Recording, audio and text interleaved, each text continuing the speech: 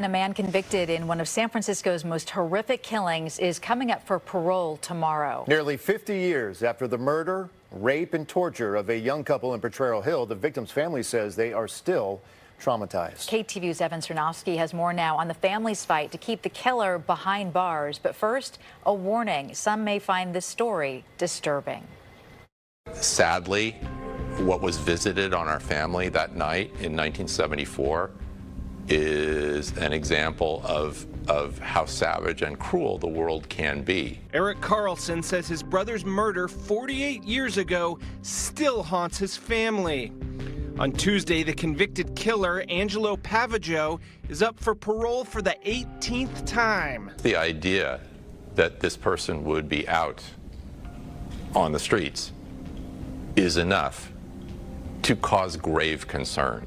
What could seem like the distant past to some still consumes those involved. It was worst case I ever worked. Retired SFPD homicide inspector Jack Cleary is now 90, but he remembers the case like it was yesterday. It began in the early morning hours on April 18, 1974, when an intruder slipped into Frank and Annette Carlson's home on 24th and Kansas Street. He held the woman at knife point, tied up the 25-year-old husband, and bludgeoned him to death in front of his screaming wife. If that man was picked up and put up on the top of a 10-story building and held by his ankles and let go, he wouldn't have that much head injury. Unfortunately, the violence didn't stop there.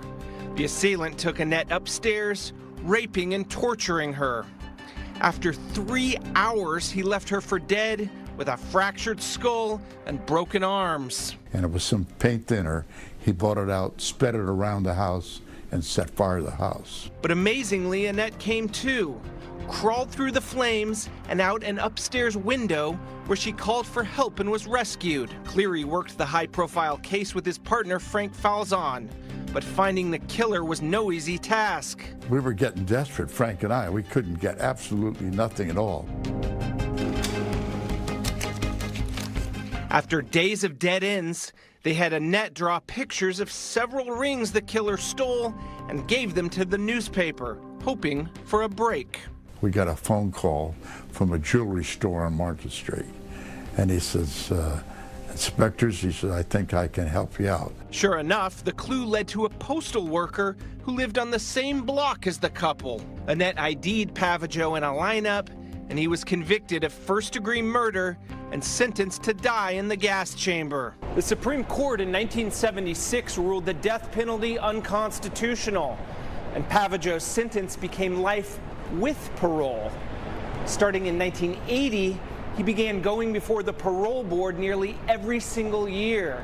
So rather than processing their trauma and moving on, the victim's family has been forced to relive this horror over and over again as they fight to keep the killer behind bars. You've got to engage and you've got to participate, and that means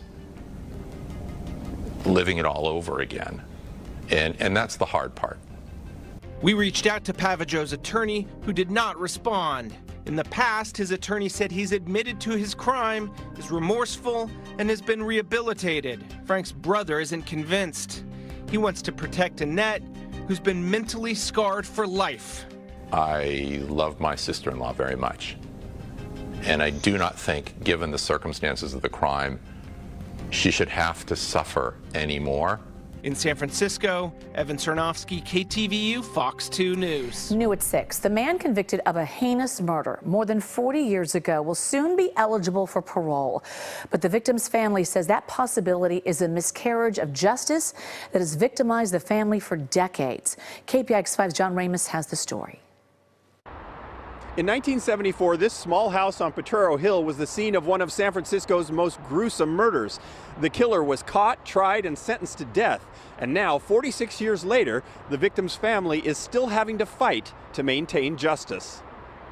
25-year-old Frank Carlson was with his wife Annette when an intruder broke in, tied Frank to a chair, and beat him to death with a hammer and a wooden cutting board. In what is probably one of the most horrific crime scenes ever encountered by the police, after he was dead, he took my sister-in-law upstairs and raped her repeatedly for hours and hours. Then, leaving Annette for dead, the killer set fire to the house and left. Miraculously, she survived, and this man, Angelo Pavaggio, was convicted and sentenced to death.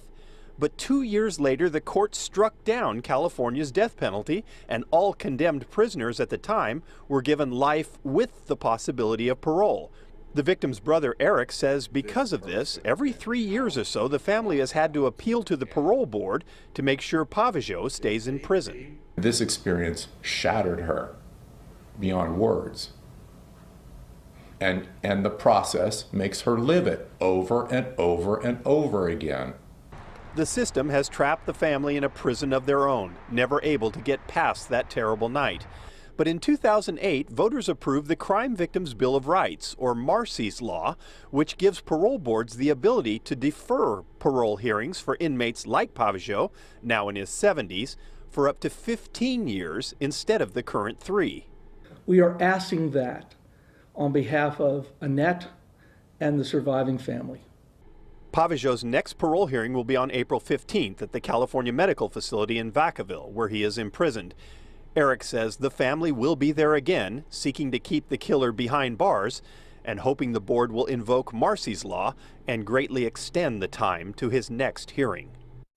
Perhaps as a way to avoid Marsy's Law, Pavaggio has waived his last 3 parole hearings. But he cannot avoid the hearing in April, and the family is hoping that following that, his next chance for freedom won't come for a very long time.